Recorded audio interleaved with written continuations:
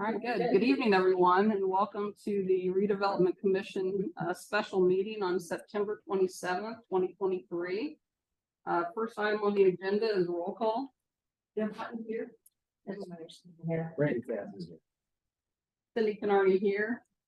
And Sarah Bowerly-Dansman here. Sarah, are you here? Yes. Can you hear me? Can you hear me?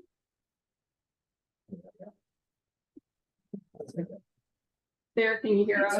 Is it? No, it's not. I'm trying to talk to you. Oh, this one? Isn't it going on there?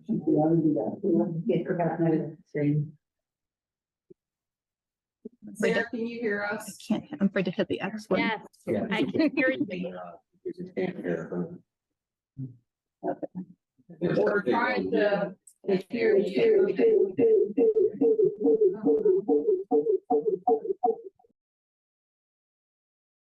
Sarah, can you hear us now? Yes, I can. Okay, now we can hear you too. So I said roll call, so if you wouldn't mind chiming in. Sure. Sarah Bowerly-Dansman here. All right, staff present. John Zodi, Land Department. Christina Finley, Hand Department. Colleen Newville, City Legal. Holly Warren, Interim Director, Economic and Sustainable Development. Child Monitor, Economic and Sustainable Development. Economic Family Development. Cheryl Gilliland, the General's Office. All right. Next item on the agenda is new business, resolution 23-72. Approval of gap funding and amended project review and approval form for the Trades District Tech Center. Who would like to speak to us regarding this? I'm happy to do it. I'm John Fernandez from the Dimension Mill. We are the city's partner in advancing the Trades District vision, as well as this particular building on behalf of the Redevelopment Commission and the BDC. How do we get here? I guess is the big question, right? So this all started with an EDA grant that the city obtained back in 2021 for $3.5 million to build a 22,000 square foot purpose-built office building. This multi-tenant office building is designed to complement the existing activity at the mill, focusing more on growth stage companies and more mature companies that can contribute to tech-based economic development efforts, and to be a catalyst for additional private investment in the Trades District itself. The city, the original estimates for this building were really finalized, if you will, in April of this year, when the construction drawings were far enough along. And based on those estimates, we thought that the building was going to cost about $8.6 million. And based on that estimate, we were able to secure an additional little over $3 million from the city council from the CREED funds to cover that amount. Then once we had that secured, we went through the public bidding process. Bids were opened yesterday, and while we anticipated that there would be higher bids, they were definitely higher. And so the funding gap that we have is just a little shy of $3.8 million. That would bring the total cost all in for this building to $12.7 million and some change. The city's portion of the facility all in would be $9.2 million and some change for about $421 a square foot. Under the terms of our EDA grant, we have to break ground by October 12th, which is coming up. Before we can break ground, we have to award contracts. Before we award contracts, we have to be able to get the EDA's approval of our plan to move forward. And as part of that, we need to submit a letter from the city memorializing that we have all of the local funds secured. And so that's what today's meeting's all about. If we don't secure these funds, we're going to miss our deadline and essentially forfeit the EDA funding, which will have significant negative consequences for our community and what we're trying to do.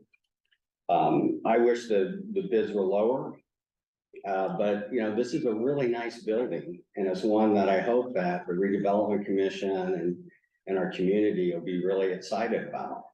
You know, there hasn't been a new construction office building in downtown, an actual office building just for employment, not, you know, mixed use. There hasn't been a new building built downtown since 2005. We have a lack of office space problem, and that contributes to some of the issues that are holding our community back. There's so much going on right now in our regional economy with some of the tech hub funding that's happening, Crane, Indianapolis, the new priorities of the university administration. I can honestly say I've never seen this much alignment of leadership from key stakeholders, from Crane to 16 Tech in Indianapolis in all the years that I've been doing this stuff. I think we have an incredible opportunity to take this whole vision for the Trades District forward. But this building is a major catalyst, a domino that we need to move forward to kick in all these other things that are in the pipeline. So, you know, I'm not going to apologize for the costs because they are what they are. You know, this is the market we're in.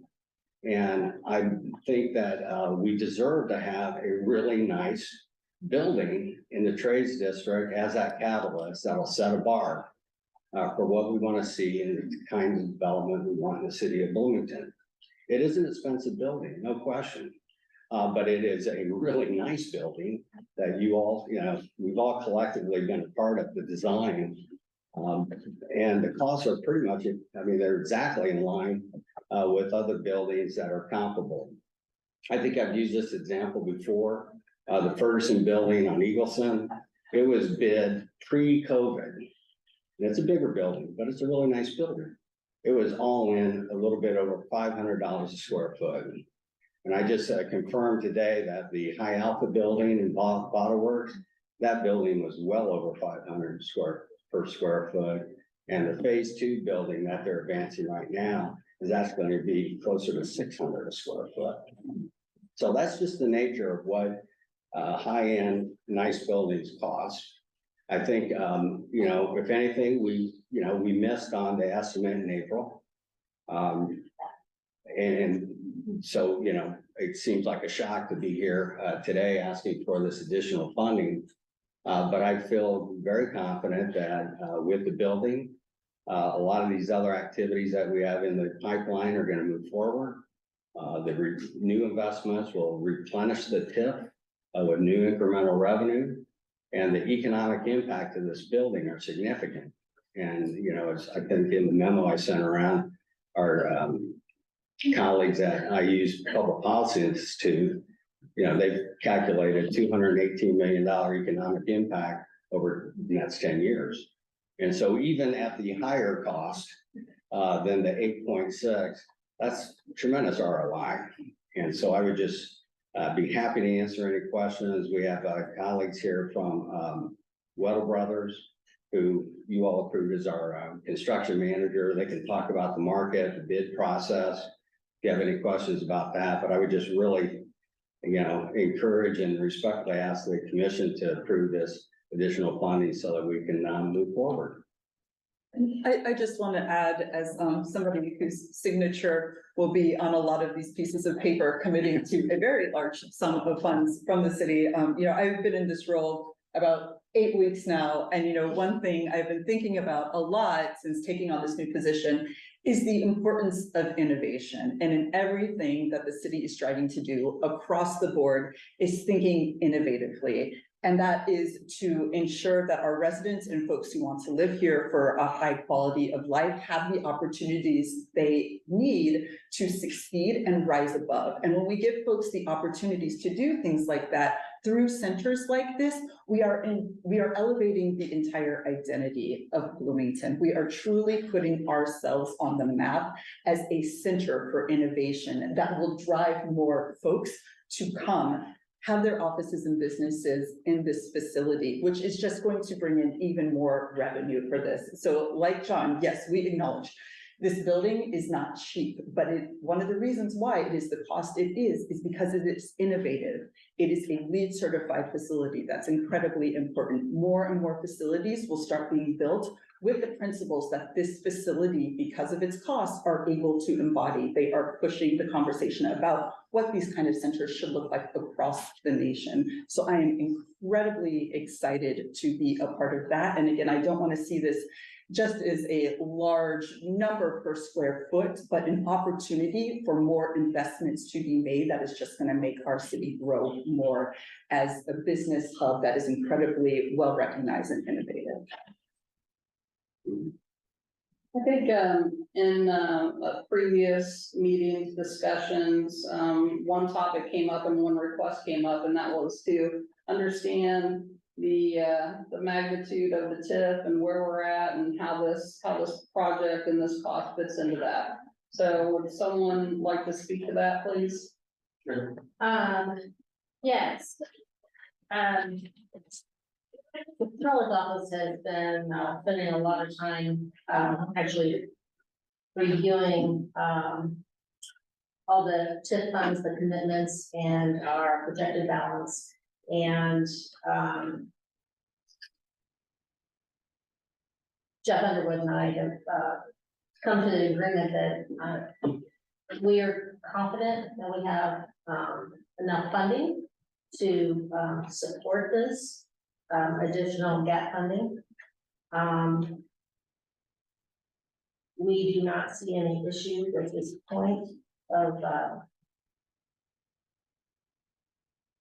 that causing complications with any other projects coming on board at this point. Yeah, maybe later we might not be able to fund something, but nothing in the very near future. We are working on sort of a broader big picture presentation for later on to give you more details, but right now we're confident we have the funds to cover the gap that's being requested. Any questions from commissioners?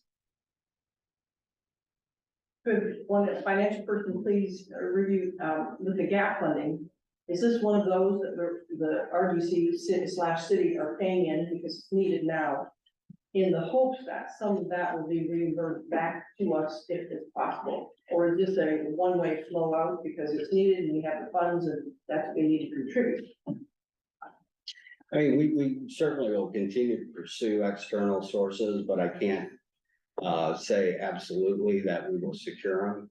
Our challenge is that we just have this unfortunate window to act on. And, you know, we're anticipating a federal government shutdown on September 30th. So hence the meeting today, because we need to send all the paperwork up to Chicago to the regional office of the EDA. Either tonight or first thing in the morning, so that they at least have a couple of days to sign off. We've already sent them some of the materials they're waiting for.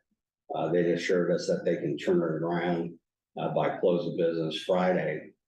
So that we'll be in a position to come to the commission with contracts on your next regular meeting and be able to stay on point with our timelines. But if we miss that window, you know, there's a good probability that they'll be shut down and we won't be able to move forward. And to clarify for myself, I'm fine with it being paid. I just wanted to clarify those conditions. Yeah, and then, you know, the other part of this is we talked about during the work session, you know, as a catalyst for other private investment, those other private investments are going to generate significant TIF dollars. We've talked about the LOI for a hotel. You know, they're waiting to see what we do with this building. But that project alone is anticipated to generate $470 to $7,300,000 a year in incremental property taxes that'll flow back into the tip. And that's just one project. We still have another, 4.5 acres with potential to generate even more revenue. And the revenue is important, but more important is the activity. For the kind of economy we want to grow, this kind of neighborhood where people can come work, they have places to meet colleagues for dinner, for drinks, for lunch, they can hang out. It's really super important for that demographic and for that market segment to have a place like this. And without it, it's going to be difficult for us to start to regain. We fall behind peer cities. I mean, there's no way to sugarcoat it. And so, without something like this, there's a real risk that we'll continue to fall behind. In the meeting I mentioned today with the Croatian delegate, there was a woman who used to be with the state who's now leading the innovation stuff for the university. And at the state, they had completed a study, and I'm waiting to get it, but it looked on a county by county basis on sources of GDP growth. And almost all the net job creation is from small companies, new companies, less than 5 years old. That's our future. And if we aren't growing those kinds of companies in Bloomington, we're going to have a serious problem down the road. That's where all the net jobs are being created, are with these younger companies, not younger people, but younger companies. And so we've got to have an environment, an ecosystem, if you will, that really supports and enhances our ability to grow these new companies. Pat East is here from the mill. I mean, the mill's doing a phenomenal job doing that, but it's just one piece of the puzzle. We need this larger kind of district to evolve into that dynamic hub where people want to be. Thank you. Yeah, thank you. Can someone speak to I recognize many of the names on the bids. Mhm. Can someone speak to, are these out of town contractors, in-town contractors, et cetera? Chris or All of the, you say who you are. oh, sorry, Chris Seola is my brothers, along with Josh Otto, so he was coming in, but, the bids received are all local contractors, correct? There was an Indianapolis contract, all the parent low bidders. So, yeah, parent low bidders all have offices here locally. So I think that was a question discussed yesterday. And they'll do have a presence in the local impact. Thank you. Another quick question. Is it fair to say that the team will continue to pursue grant funding?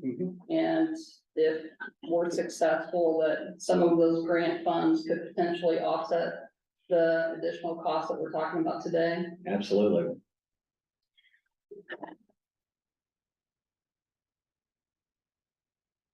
Good. Okay, Cheryl, first thing. I'm just going, excuse me. Do we have any outstanding debt sitting on the trades district at the present moment? On trade, outstanding debt, in, expenditures that have already hit. Yes. That it's, that I believe the amount that has been applied, that I've applied towards this project, are expenditures that are sort of incorporated into your overall So estimate. Yeah, so they're accounted for, they're not extra, that would be. there's not an additional thing that's hanging out there that's not been accounted for in our overall spreadsheet that we're looking at here, so. Our total in, and then, so our total in we're looking at is the $12,768,000, and we're looking at overall, of which we got a 3.79 million. Yeah. That's as determined. based on where the estimate is now. And from your analysis on the city's financials and the consolidated tip, we have adequate funds. I just want to be clear to cover this without creating any additional unforeseen financial constraints in the city at this present moment. Correct. Okay. Okay, and then from a return standpoint on this, I mean, we're looking at if the sale of the land that had been put out previously, we're looking at being able to retain back approximately $6.1 million. Is that a correct statement? From an RFI standpoint, If we secure, deals. if we secure the deals, that would be our ultimate goal, which will pay back into. Yeah. This total amount. And I can't speak to, where those monies actually flow to. I don't know if they go back into a redevelopment fund or the general fund, but it will come to the city. That was my next question. Because I don't know the mechanics of that. Yeah, is there mechanics on that, or is that just the funds will come back and then be allocated accordingly? They typically go back to where funds were. Okay, that would be RDC. Yeah, Okay. they will not go back to the general. Okay, because when we peel everything back in the trades district, you know, Pat and prior to John brought in the dimension mill, and we've got synergy going in that particular one. I mean, this has been going on for 12 years. We gave 9.3 million to start. That is a sunk cost situation that's been setting for 12 years. So when we look at this as a building, I'm very thankful at this particular moment. We now know what reality is. Because we've been working through this, and there's been numbers thrown out there that quite frankly, we're just not right. And based upon what has occurred in the last 6 months, we now know where we are really standing. And while buildings are important, it's the mission of what we put into them with the people and the synergy that we need to look at. Not happy with the cost. I'm not happy with being put in a corner. I don't like the deadlines, but I also know if we hadn't had the Dimension Mill, John Fernandez, and our other partners involved in this, we wouldn't be at this point. But now we're at this point, and we are basically at the point of we either approve it or we stay status quo and we're not able to continue to move forward as a community with what we're looking for. And we're looking for higher wages, growth, and what we want as a community. I think everybody in this room is proud of Bloomington and wants to see it grow. I don't like all the details, but I also know that if we don't do something, nothing will ever happen. So from my standpoint, the costs are kind of what they are. We're utilizing local.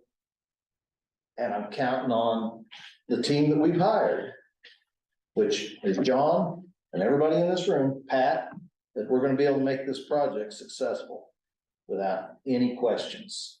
Because this momentum, once we lose it, it's liable to be gone. And I think it's time that we finally just said, you know, pull the Band-Aid off. We're either gonna make it happen or we're gonna bleed to death. So I think that probably says where I'm gonna probably go on this one, so I'll just stop there. You're sure you got the money? Okay, Constant. thank you. I have worked many hours, so I'm getting a big picture of our. Thank you. Thanks for being there. So what other questions from commissioners? I'm just wondering, it's a little early and I definitely appreciate and agree with much of what Randy said, but I'm just interested in that revenue question. What's the typical per square foot revenue income that's expected when fully leased up in terms of just looking at the gap between what it costs to build it and what the likely income based on that is? Well, in the, let me pull that up. 1 second. I included in the materials for the work session, the working pro forma. And we were being very conservative with the numbers based on year one, 50% occupancy. And then going forward, we were using a 75% occupancy numbers. Just bear with me 1 second here. Right. So we're looking at, net income in, the revenue you're talking about, we're projecting around 389 to 415 over, 4-year period, moving from 50% to 75 with, annual, rent escalations. We're using a number of, about $20 a square foot plus cams. Which is about, I think yeah, so based on what we're working on right now, I'm sorry, it's $19 a square foot plus cams and utilities. So I mean, it'd be a difficult building if you were doing this as a private investor to make the numbers work, because you would have debt service, but we won't have debt, so it's a big advantage to be able to do what we want to do. That $19 a square foot plus cams and utilities compare with comparable office space in the community? It's gonna be at the high end, but it's in line with our lease that's under review for the garage. We just don't have buildings like this. So it's gonna be a very different class of office space. Any other questions from commissioners? John, what's your, at least that I know the projection shows, do you think we can have this leased up in the next 2 years? Yeah. At least at that 75% target, and And how many years? 2. 2.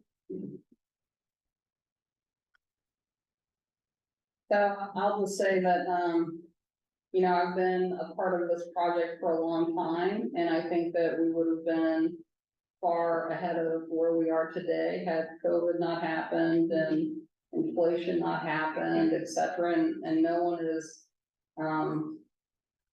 more disappointed about the increased costs than I am.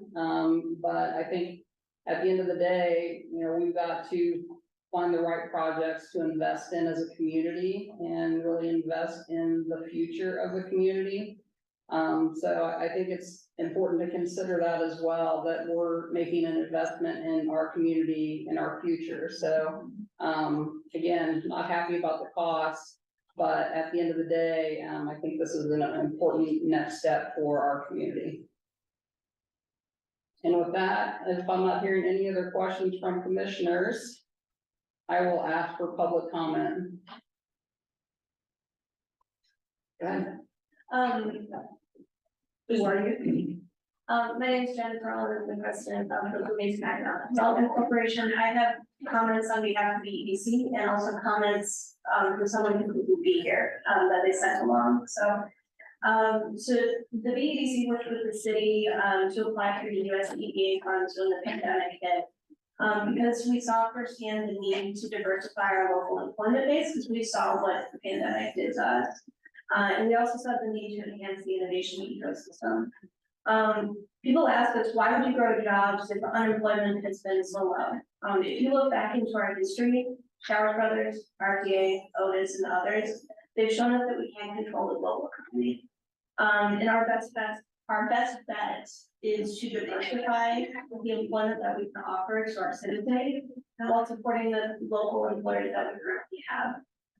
The IU Public Policy Institute provided a feasibility study for this project, which demonstrated how fostering the emerging tech industry provides a really strong step in that direction. This is about more than a building. It's designed to help us to grow our local private sector hourly wages to improve quality of life for our neighbors. We know that we currently lag the state on those wages. We're around $26.58 an hour compared to the statewide average of $29.80 per hour. That's significant. We also need to grow our labor force, which is critical with an aging population. So this is a critical piece of retaining and growing that talent here. And further, we know that we have unrealized opportunities to better leverage our assets and boost innovation.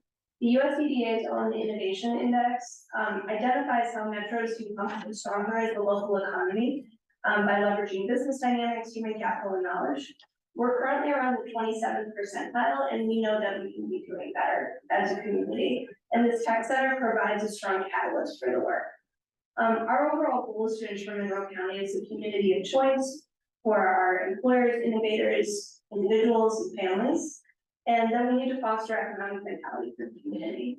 The tech center provides an important avenue for fostering this vitality for not only Bloomington and the county, but also for the region as well. So we thank you for your consideration. The other comment that I have, because he had a conflict this evening, comes from Dr. King, who is Monroe County Councilor. He's a member of the BPC Executive Committee and is a sort of member as well.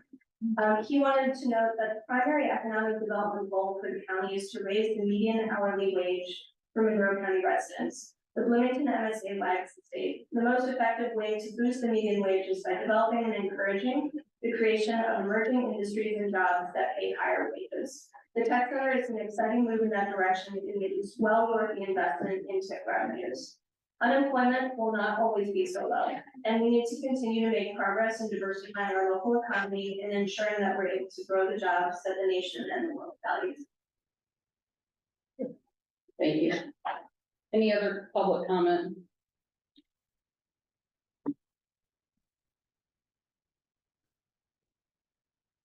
Go ahead, Christopher, you need to unmute yourself though. Thank you, Madam Chair. This is Christopher, MG from the Greater Bloomington Chamber of Commerce. I'm here to support and endorse the resolution before you. I think Mr. Fernandez sort of laid out the case echoed by Commissioner Cassidy. I mean, we are where we are on this project. I think the higher costs were not too big a surprise, but this is still about leveraging about $3.5 million in US EDA funds.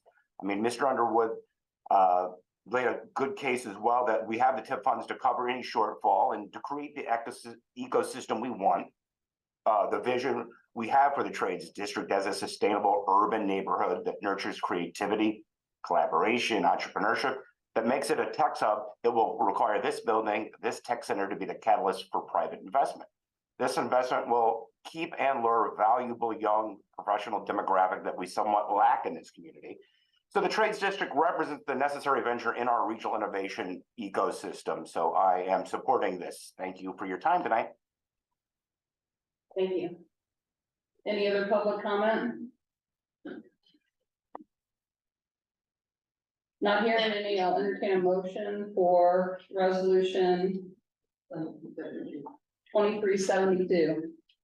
I'll make a motion to approve resolution 2372 as presented. I'll second. Deborah Myerson, second. We have a first and a second. I need a vote via roll call, please. Deb Hutton, yes. Deborah Myerson, yes. Randy Cassidy, yes. Sarah Bowerly Dansman, yes. Cindy Canardi abstains. Resolution passes. Is there any other general business discussion for the group tonight? If not, I'll entertain a motion to adjourn. So moved, Deb Hutton. All right, good night, everyone. Thank you. Thank you all very much.